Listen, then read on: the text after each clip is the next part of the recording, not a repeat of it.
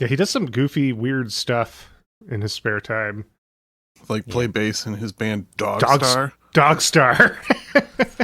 They played Philly a couple months ago, and one of the record stores was like, so Keanu Reeves came in today and was like totally nice and like bought a shirt and some records and just hung out and talked to us for a while. Go see Dogstar.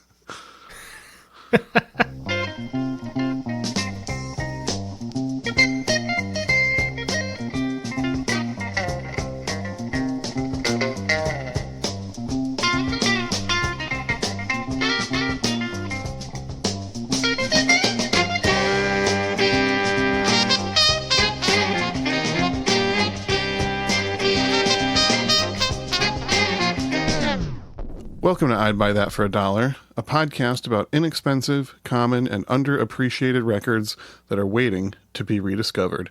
I'm your humble host, Sean Hartman, and I'm just happy to be here podcasting with my two good friends, Jeremy Sassy Ruggles and Peter Damian Juan Diego Cook, a.k.a. the Divine One. Wow. You feeling good, Sean? Yeah, feeling pretty good. I don't know what to fucking do now.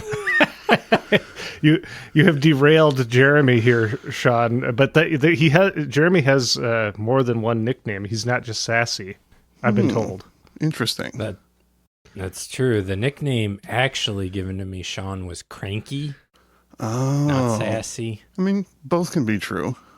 Yeah, but I prefer the Immaculate One. Oh, okay. Well, you'll always be sassy to me. Deal. I am co-host Peter Cook, but I've been thinking, guys, now that the podcast is starting to take off, we had 12,000 downloads of our Little River Band episode in like 1 week's time. It went viral. It did. It was wild. We hit the big time. Yeah. And the name Peter Cook, it's fairly common amongst people of note. There was, of course, the British comedian named Peter Cook.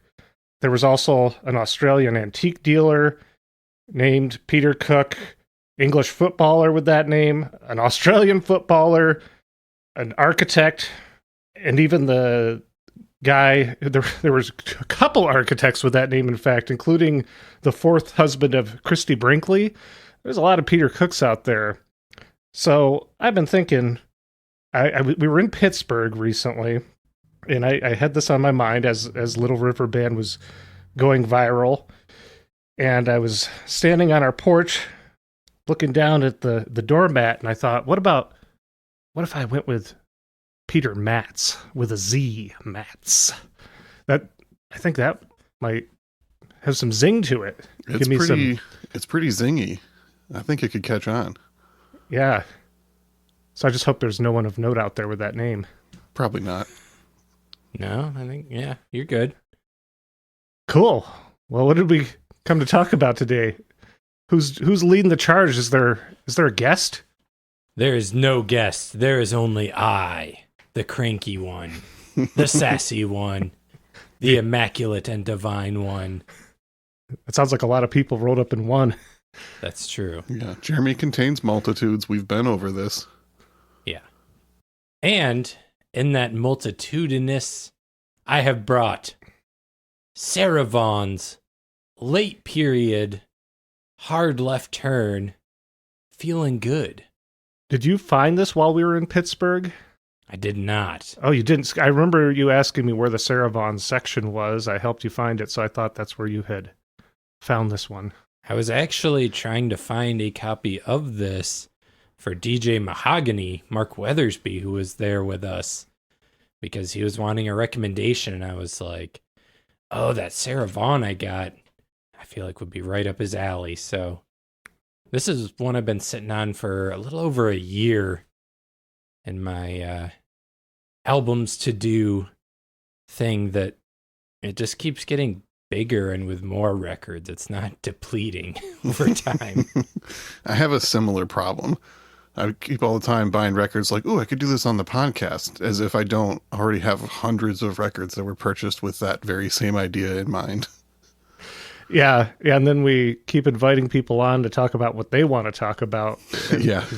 Get a further backlog of our own selections. So yeah, we've had a few guestless episodes lately. We're just trying to talk to the people about records that we want to talk about. Get a few of these out of the way. Trying to work through the backlog. Yeah. Well, this one, I'm excited to learn about this one, or just dive into it more, because it surprised me, being just a little familiar with Sarah Vaughan. Not that it's like drastically different, but it's not the Sarah Vaughan that I know of, like the 1950s. Yeah, calling it a hard left turn might be a bit of an exaggeration. The album cover made me think it was going to be like a psych funk album or something. That's actually why I got it originally. I hadn't even heard it, but I saw that cover and was like, oh, I had no idea Sarah Vaughan did a psych record. But it's not a psych record. Yeah, spoiler. We're going to drop that needle in a second, and it's not going to be super radical, but it will be very good. Yeah. So I want to start with the first track, And the Feeling's Good, side A, track 1. And this is 1972. We're going back to that year again.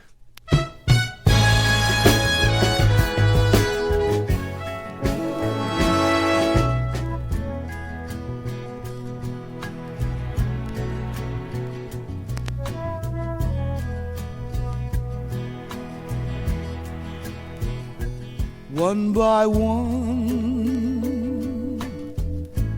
all my doubts and fears are disappearing, and the hazy road to life is clearing, feeling steady now,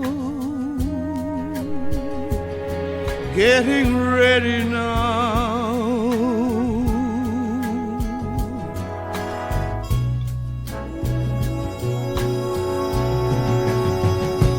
In my mind, sweet and tender thoughts of you are spinning. We're together now, and it's all beginning. I can make it with your help, with you to love, I know I can.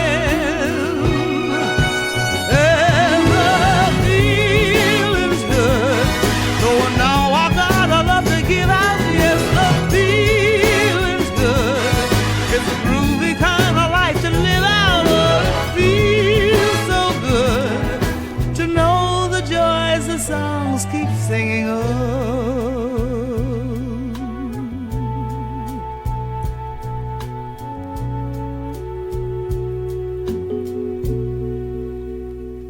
on my way. With you near me, I'll keep growing stronger. I would say there's a definite light psychedelic vibe to this album. There's just touches of experimental elements going on here and there with the string arrangements, or just like some of the extra instrumentation. There's like one track on here that has some cool kind of fuzz guitar, some wah-wah playing. But one of the big standouts when you listen to this record for the first time is just like the incredible earthiness and range of Sarah's vocals on here. This is not the kind of vocals from her that I had been used to, although admittedly I'm not much of a Sarah Vaughan fan. I'm real picky on jazz vocalists, and she's just never been someone that I heard something that stood out to me, but this album just clicked instantly. Yeah, I think Jeremy found the Sean Hartman Sarah Vaughan album here. Yeah, definitely. I only have one album of hers in my collection, the 1956 album Sassy, her nickname that I think we've mentioned a few times already. And that's more of what I think she was known for, like a torch singer, sad song, similar to maybe to the Joe Williams stuff that we've covered. Yeah, or even kind of the Julie London or Peggy Lee, a little bit in that vein. Though I'd say a lot of Sarah's stuff was not quite as in the sad realm as some of their things. It's hard to get quite into is that all there is territory for most people, I think. Valid. It's a unique territory. Yeah, this album for me, I I think Sean reacted to it in our group chat before I actually put it on, and when I did, I could see exactly why it would be an album for Sean, and why it would be the one that I don't know how many you have, Jeremy, but I can see why this would be the one to feature. It feels unique. Not knowing a whole lot about her, it feels like a unique entry.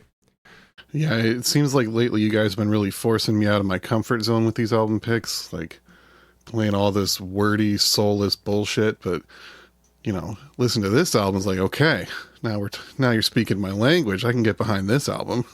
Wow, tell the listeners how you really feel, Sean. You played kidding. it pretty cool.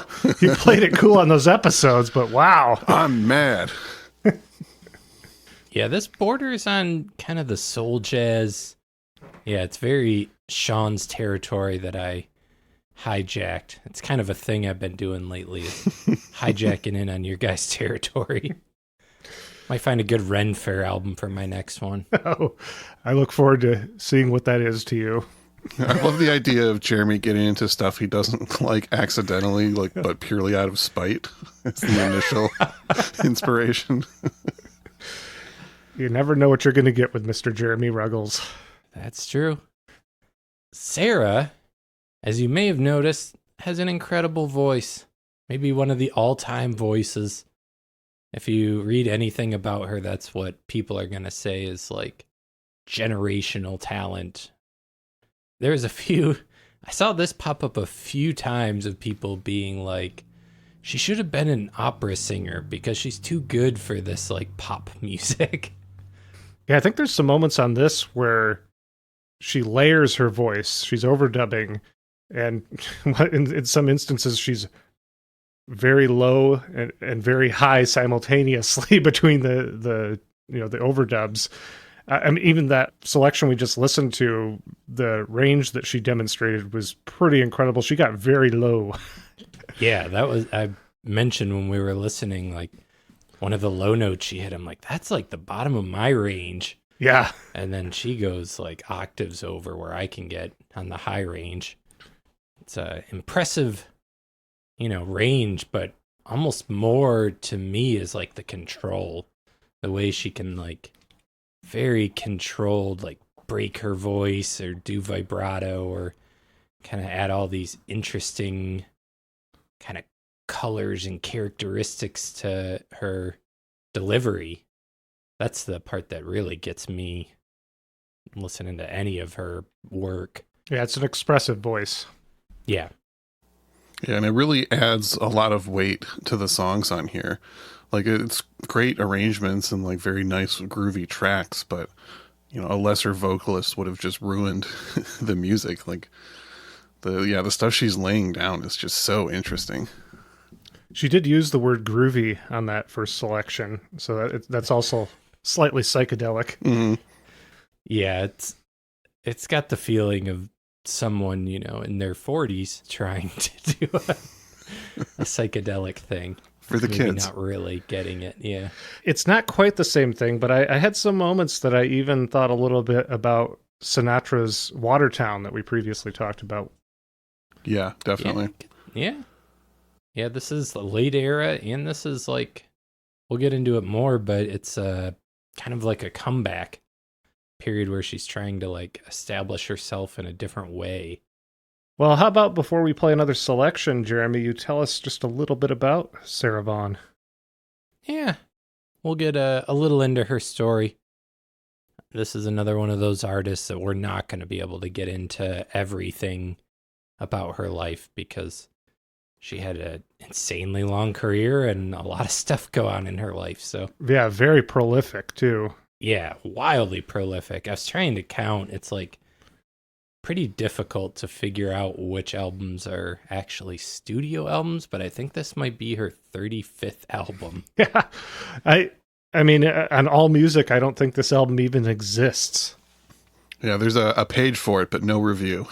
Okay. Didn't have the courage to review this album. Shame on you, All Music, even though I really like a lot of what you've done. Yeah. Well, let's get into some of her background. She was born in Newark, New Jersey in 1924. Sarah's dad was a carpenter, but he also played guitar and piano. Her mom sang in the church choir. Sarah began piano lessons at age 7, pretty reasonable age to start, and also sang in church choir. She was illegally performing at nightclubs as a teenager and eventually just dropped out of high school to pursue music and keep playing these sketchy adult bars as a very young lady. Yeah, this is circa probably 1940. Yeah. Yep, would have been right about 1940. At age 18, she won amateur night at the Apollo. And as a result, she got to open for Ella Fitzgerald. Yeah, I saw that. That's just out the gate, hitting big. Yeah, they gave her like $10, which maybe back then that was a real amount of money, but Oh yeah, $10 and then that's probably like $100. yeah. Not too long after this, she was asked to sing for the Earl Hines Band, which at different points included Dizzy Gillespie and Charlie Parker. Yeah, once again, just instantly, she's mingling with the top cats out there. Yeah. Around this time, some guy named John Malachi gave her the nickname Sassy that she didn't seem to object to. From what I'd read, it kind of captured her personality. She was sort of wild, supposedly cursed like a sailor. Yeah, I saw she tended sometimes to write it Sassie, even though it's like on any releases, like the album that I have, it's Sassy. Yeah. But it's a nickname, so open to interpretation. Also open to interpretation is how you guys will feel about the next song we play. Just a Little Lovin', which is the next song on the album, Side A, Track 2. All right.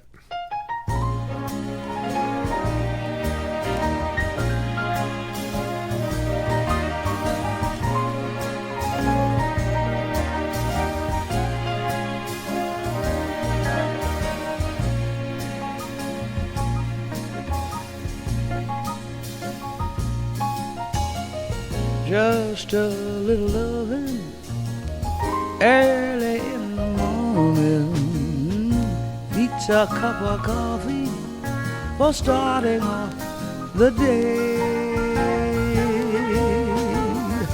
Just a little loving when the world is yawning makes you wake up feeling good things are coming your way. This old world wouldn't be half as bad, it wouldn't be half as sad if each and everybody in it had just a little loving early in the morning, a little extra something to kind of see them through.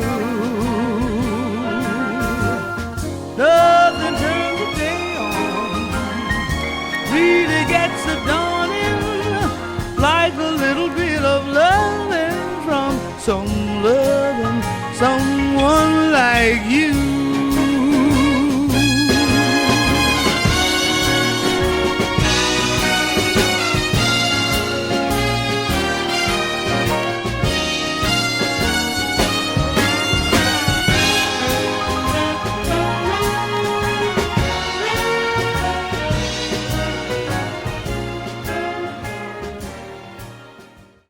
In my research for this episode, I stumbled on a New York Times article that was very quaint to read. It was from 2009. The author was trying to find the song that they had heard on the radio like 20 years before. And it was this song, Just a Little Lovin', by Sarah Vaughan. the author's kind of like gushing about the powers of the internet because people were able to figure out which song it was and had sent them a recording of it. So that was kind of funny and quaint to look back at people being like, wow, the internet. What infinite possibilities. What a wonderful place. Yeah. We jest, but compared to what was available in 1972, it's pretty incredible what you can find nowadays. This was released as a promotional single, so it was likely one of the tracks people would have heard from this record. Yeah, so it got some radio play. Overall, this record was not a hit. It didn't make the charts. As you mentioned, there's no all music review on it even. Yeah, and I didn't dig too deep, but it seemed like there just in general wasn't a lot of information out there about it. Yeah, this is taking place. Well, should we get to her story? Yeah, let's get to her story, and it'll make more sense when we get to that part. So let's jump back in the timeline. We're jumping back to 1945. She is age 21, and she is tired of singing in someone else's band. I'm saying that, not her, actually. But she decides to go solo at this point and signs to a label called Musicraft. This is also around the same time she met and married trumpeter George Treadwell, who became her musical director, and it sounds like gave her a makeover to try and make her more marketable as a pop singer. So in 1948, her career starts to take off because there was a musicians union strike, and it kind of ended Musicraft, the label she was on. So she was able to sign with Columbia in 1948. You know, her career takes off, but she's singing a lot of pop ballads that she's not really into singing, and moves to Mercury Records in 1953, which she kind of moves back towards jazz. Though this is also her commercial peak, including her first gold record, Broken Hearted Melody. Have you guys heard that song before? I'm not familiar with it offhand. It's very like 50s. A lot of like doo-wopping and stuff going on. Okay, and yeah, that sounds very pop. Oh yeah, that sounds different than the album that I had from the mid-1950s. Yeah, it was, and I don't know if that was just like a one-off thing, but that album just has a lot of the 50s tropes on it, and is definitely not in the jazz realm that most of her work is in. Her marriage with Treadwell, the trumpeter, was dissolved in 1958, and she found that despite all of the record sales and shows and everything, there was only $18,000 left in the bank. She had let Treadwell handle all her finances. He was either not doing it well or had siphoned off money. That wasn't clear, but yeah. So they split that, and she was left with not a whole lot to show for, you know, quite a bit of commercial success up to that point. I can't remember. Have we ever talked about an artist that got screwed over by like a manager or member of their team? No. It's an uncommon theme in the music world. Really breaking new ground with this episode. Wow.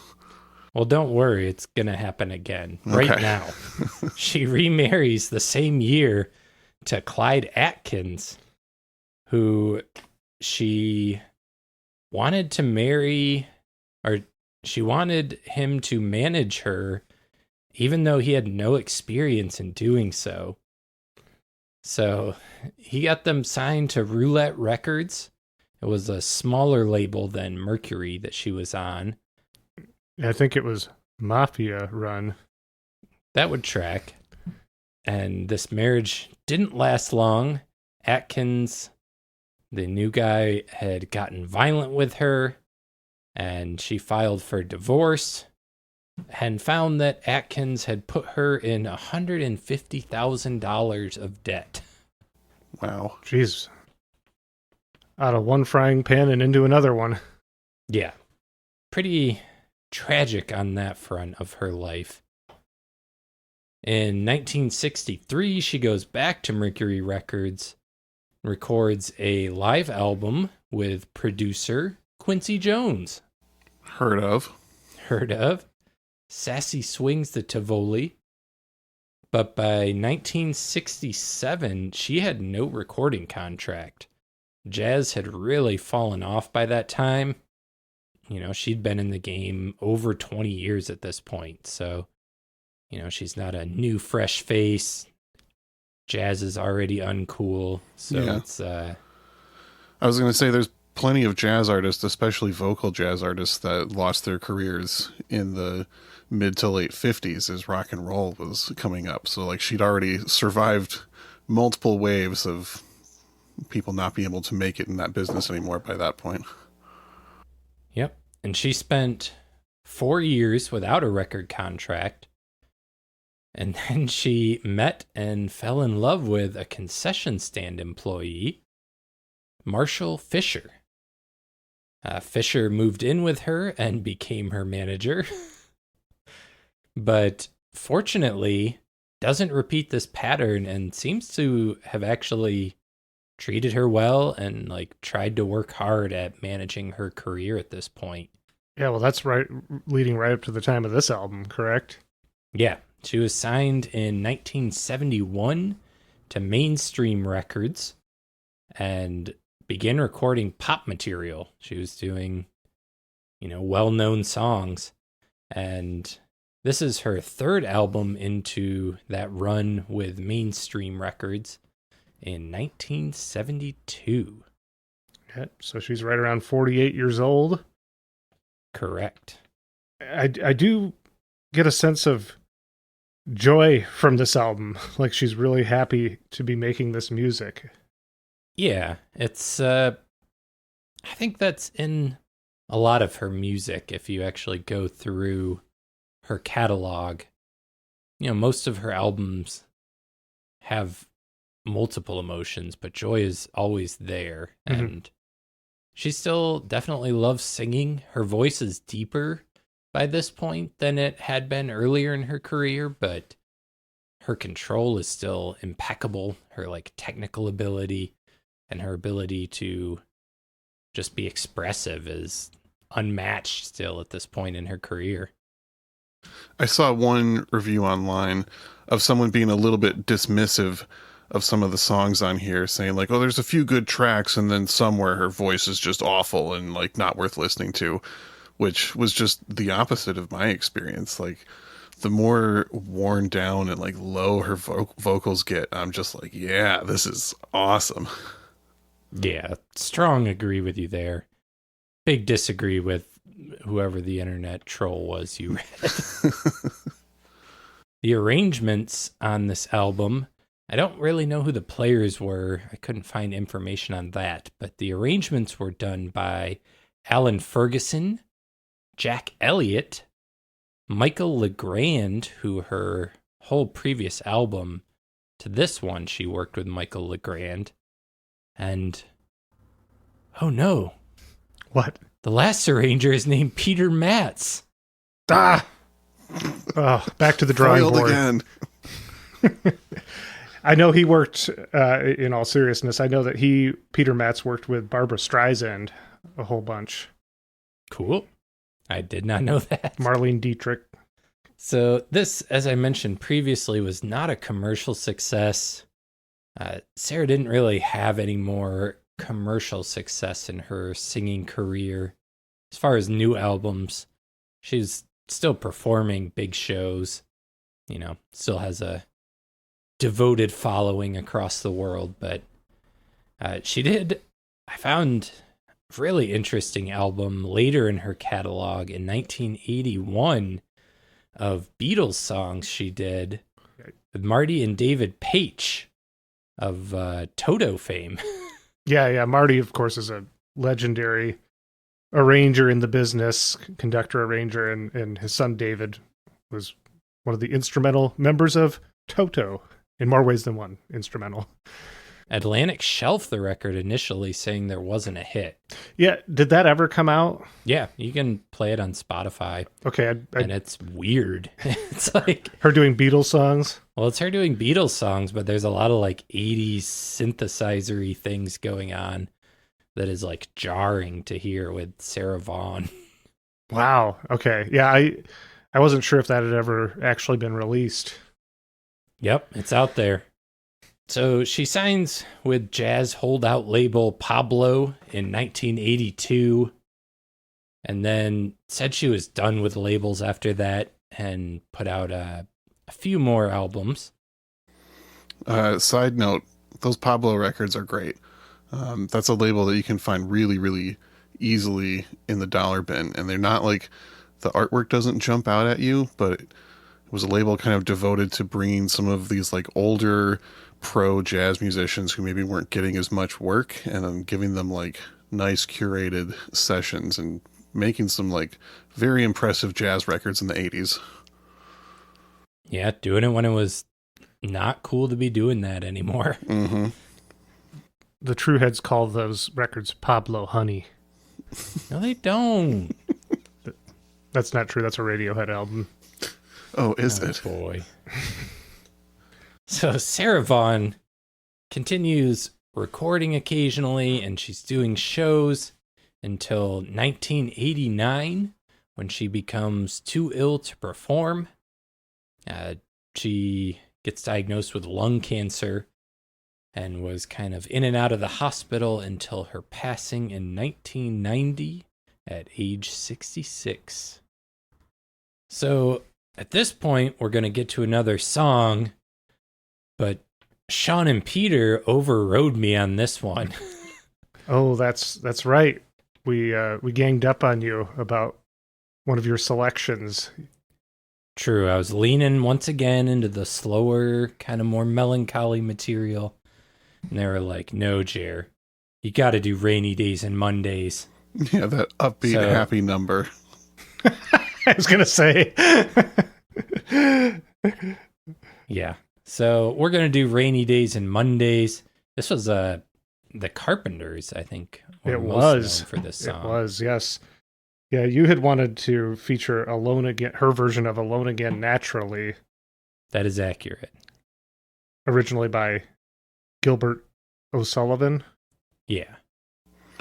Which, honestly, I can't fault almost really any selection off this album. It's very consistent all the way through, but Rainy Days and Mondays was definitely a standout for me. Same. Yeah, I considered most of the songs on this album at some point. Makes sense. I'd written down Promise Me. I thought about featuring Run to Me because that's a Bee Gees song, and I thought people might find that's cool, even though it's not my favorite. Well, and her version of Donny Hathaway's Take a Love Song, it gets incredible as it goes along. Yeah. So it was difficult to pick which songs to go with, but we're going to go with Rainy Days and Mondays. Give Peter and Sean a little voice here. Yeah, I appreciate it. And this one's side A, track 4.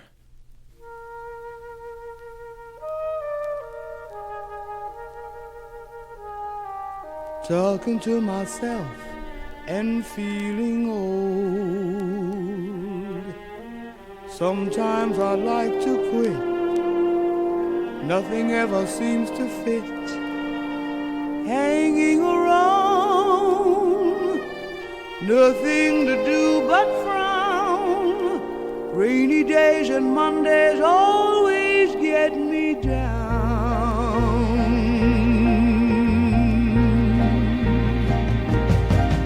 What I've got they used to call the blues. Nothing is really wrong. Feeling like I don't belong. Walking around, some kind of lonely clown. Rainy days and Mondays always get me down.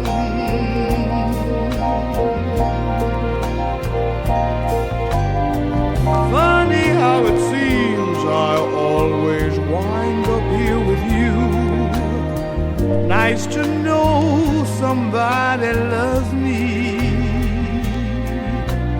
Funny, but it seems that it's the only thing to do. Run and find the one who loves me.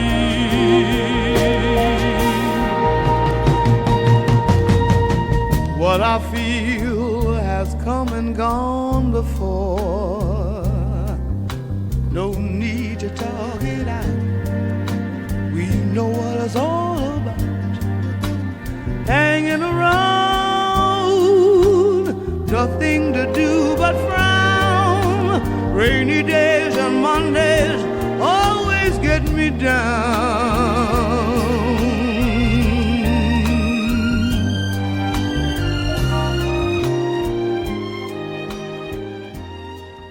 Yeah, when I checked this out just today for the first time, I was already enjoying it, but then when I realized what song she was performing there, which I caught on to pretty quickly, being familiar with the Carpenters version, it's like, oh, great, I'm going to enjoy hearing her take on this, and it turned out that I was about to be floored by her take on that song. I'm going to say it. I think she might even surpass Karen Carpenter there. Whoa. and that's no easy feat for me. I'm a big Karen Carpenter fan, but she just knocks it out of the park. Yeah, in every way. I mean, fully showing off that range. It starts real low and then just effortlessly shifts into those high notes, and it almost sounds like a different singer, but man, just incredible talent there. And one thing I thought a couple times listening to this album, but particularly on this song, is there's a real sense of gospel delivery to her vocal style. An artist that reminded me of, in particular, that we've covered before was Mahalia Jackson, who had actually died the same year that this album came out. She passed in January of 1972. So I wonder if Sarah had Mahalia on the brain a little bit during the recording, was channeling that spirit a little bit. Yeah, it's possible. A little subtle tribute. Mm-hmm. Yeah, I think it leans into her gospel side a little more than a lot of her material. Yeah. If I think of Mahalia singing "Didn't It Rain" or something, I can hear this being in that same vein. Yeah. If listeners were perhaps not able to find any of her 50 albums out there, what would you recommend they check out, Sean? So a similar album, maybe something that shares some of the elements of this, but could also be found cheap, that kind of thing. Sounds great. Can you do that? I could do that. Yeah. Okay. We might call it recommended similar albums. Oh. All right, well, here we go. I'm going to give it my best shot. First up, Morgana King, but not the one that we always recommend that we've featured before. I'm recommending the album that she did on Mainstream Records in 1972, entitled Cuore di Mama. So it came out 1 year before New Beginnings, our previously featured and much loved album, but it's really good.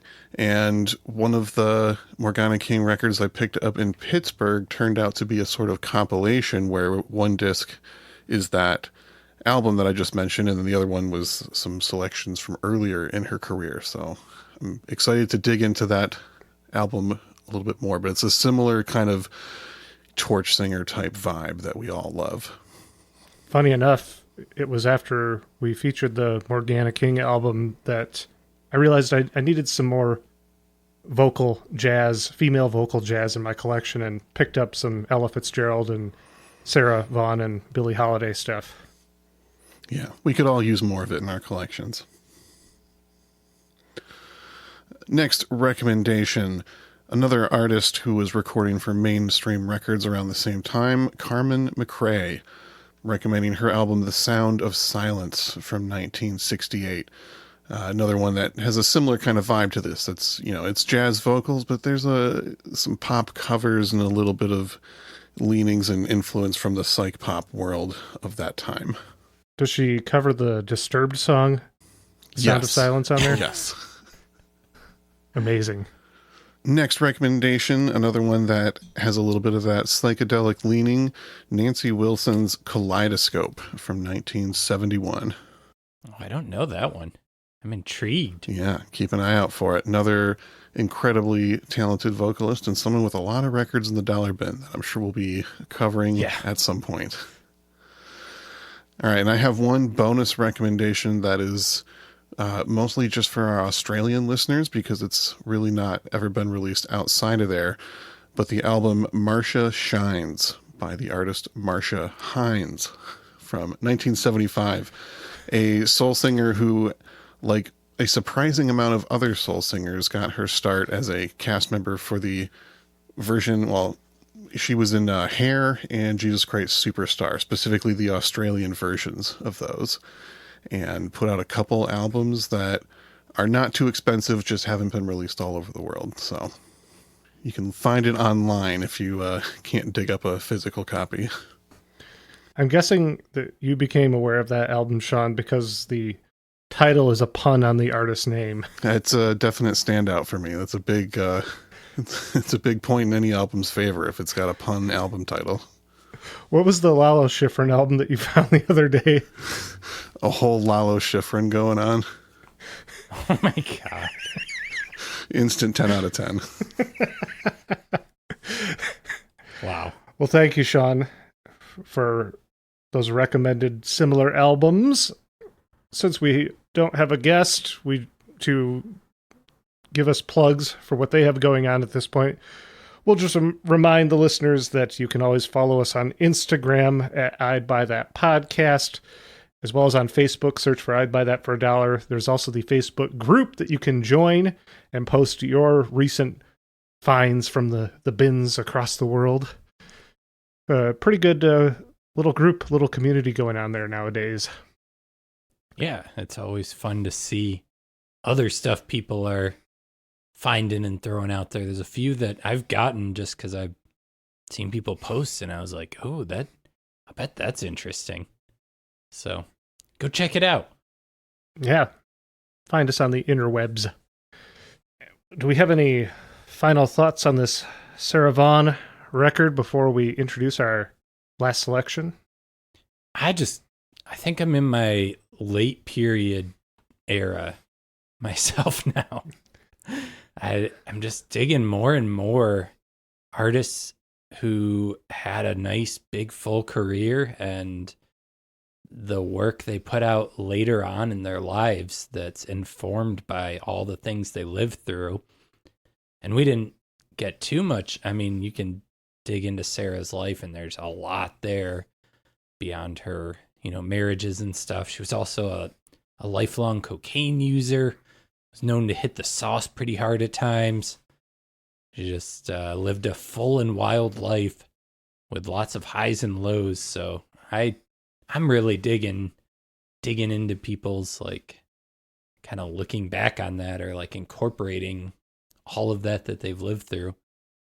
I think we've established on this show at this point that all three of us are big fans of late period sad crooner albums. It's something we can always, all three of us, get behind. Yep. That specific subgenre of late period. Yeah. We're all here for that. Someone should write a book about it. Yeah, that's a good idea. You are the book writer amongst us, Sean. Yeah, you've authored a book every few weeks since we started the podcast. So, I can't be certain, but I feel like I may have actually written a book about it already. Yeah, I believe you did. I know you're so prolific. It's hard to remember. It could have also been like a compilation album. I don't know. I don't like to look back, I'm just always moving forward. Well, that has been proven by your industriousness.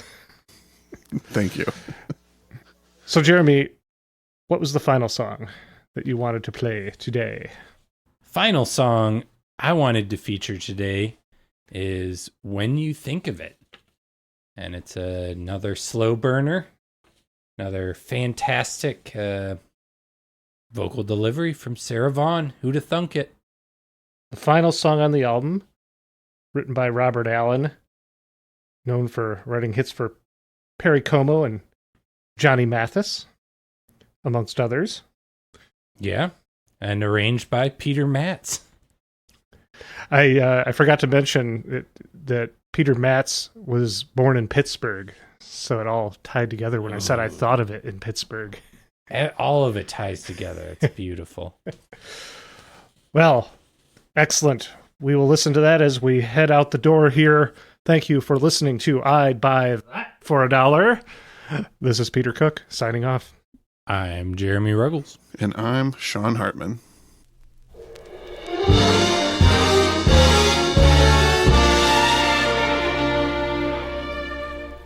When you think of it, it was really a ball. We had everything, and it's nice to recall how we lived, how we loved, while it lasted. When you think of it,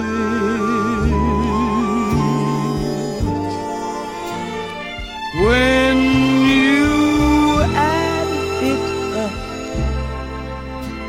all the good and the bad, there was so much more of the sweet than the sad. There were tears, but the laughs lasted longer. When you think of it, remember me, the smiling brave one, the night we said goodbye.